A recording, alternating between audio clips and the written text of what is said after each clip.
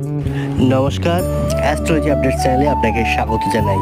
আজকে আমরা জানবো যে আমাদের বাড়িতে কিন্তু অনেক সময় অশুভ শক্তির প্রভাব থেকে থাকে, অনেক নেগেটিভিটি থেকে থাকে, অনেক কুপ্রভাব কিন্তু থেকে থাকে।